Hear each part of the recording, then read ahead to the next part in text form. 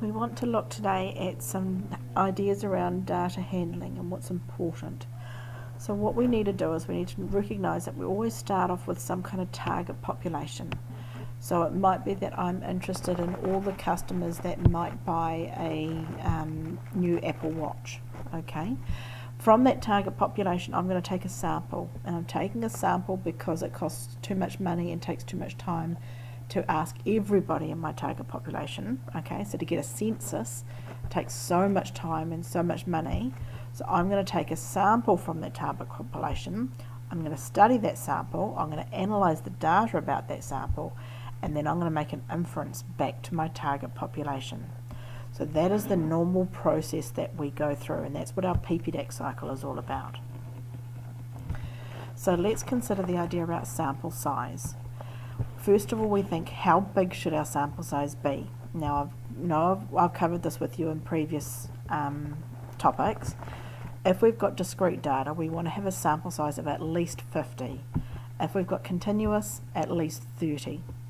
So why did we choose these size? Well, it has to be big enough so that we are accurate enough. If you've got too few data points, you're not going to be very accurate. If I only know information about 3 customers, that's a lot of customers I know nothing about.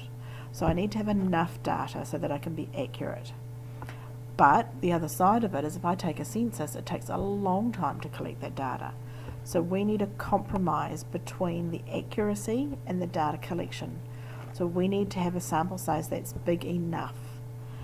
And that's why we've got those values of at least 50 or at least 30. So remember, if I have more data, that means I've got more information, and that gives me more accurate results. So if I can get 1,000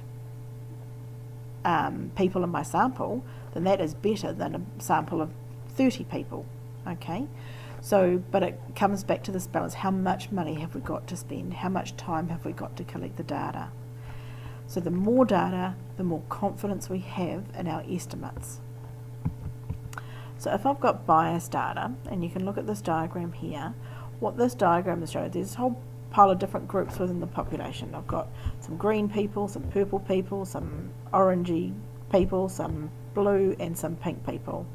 And if we go and take a sample and we just get a sample of the orange people and the blue people, that is not representative of the population.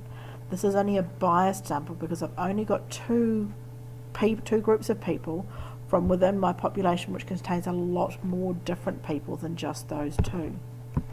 So biased data is about when you're not getting a fair share, okay, of every group and every characteristic. So some people in the population are more likely to be selected. Okay, that's what a bias sample is. I'm more likely to choose my friends than people I don't know. That's a biased sample. And that means that results that I get are also biased. They only tell us information about the people that we have sampled. They aren't representative of the whole population. So then we also go into this idea of reliability and validity. So if something is reliable, that means the data is clustered tightly together. So in this first graph, you can see the data points are all clustered tightly together. So they're reliable, but they're not valid because they're not hitting the center of the target. So that means it's not valid. We're not getting an estimate that is a valid representation. If something is valid but not reliable, then the target in the middle is all the points on average are targeting for that middle point. So that's okay. But the data isn't reliable because it's scattered all over the place, okay? And that's what I get if I've got a small sample size. I get data that is valid but not reliable. If something's not reliable or valid, that means it's not targeted at the right place and the data is spread all over the place. What we want is we want data that is both reliable and valid. So we want data that is targeted at the right place, and we want it closely scattered together. So in order to get a close scatter, we need a big enough sample size. In order to be targeted at the right place, we need to take a random sample. We need to have representative sample, not biased samples. So what is random sampling? Well, there I've got my population on the left hand side here, people numbered 1 through to 12, that's my population, and I'm going to take a random sample of 4 people from that population.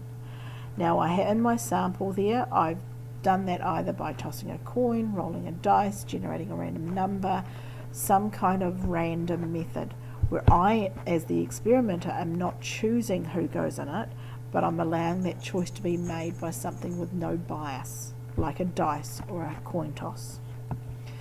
So random sampling means that every person in the population has got an equal chance at being selected for the sample. So that's a really critical point. That's because of that leads to a representative sample, and that gives us results that are reliable and valid.